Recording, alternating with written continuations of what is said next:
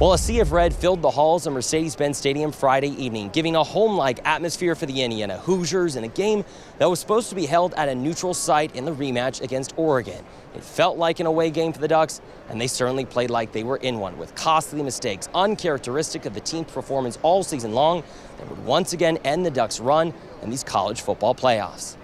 I think every man can learn from adversity, right? I just told that whole locker room, right? This is going to be about how do you respond in life. This is going to be a life lesson that a lot of people never get, right? We just got our butt kicked, right? That's going to happen in life. For the second straight year, Oregon football beat themselves in a game where everything was on the line, riddled with multiple turnovers by Dante Moore that would lead to 21 points for the Hoosiers on the other end of the field.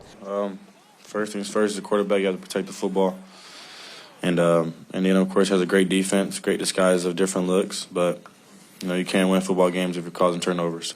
But overall, there was a great Indiana defense, great defense coordinator. But at the end of the day, we beat ourselves. Have games like this, it's hard to come back from mistakes like that. A great team are going to capitalize on those mistakes and keep driving the ball, keep doing those things. So in a game like that, you can't really have as many mistakes as we did and still come out on top. That's not to take away from the incredible performance by Indiana and their star quarterback, Fernando Mendoza, who showed every bit of why he's being considered the #1 pick in this year's draft. Yeah, the guy makes the right decisions.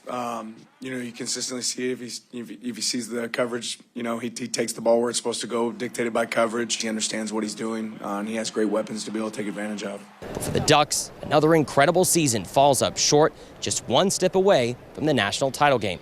Oh, yeah, sucks right now, I'm not going to lie. Not how I envisioned it whatsoever. Obviously prepared to win, and Indiana was a better team tonight. Doesn't take away from our season. We had one heck of a season. Didn't finish how we wanted to, but my journey here has been unbelievable. This one to bed as well.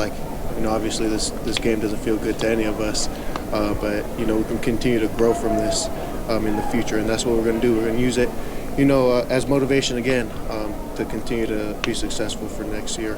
What comes next for Oregon this offseason will shape what the program will look like moving forward. Several new coordinators will need to be hired, and a decision will need to be made by starting quarterback Dante Moore and other key players as to what their futures will look like. Go to the draft, transfer to another school, or come back to Eugene for another season. As for this one, a 13-2 record and a semifinals appearance is where the Ducks' journey ends. Reporting in Atlanta and our coverage sponsored by Associated Heating and Electric, I'm Brett Taylor.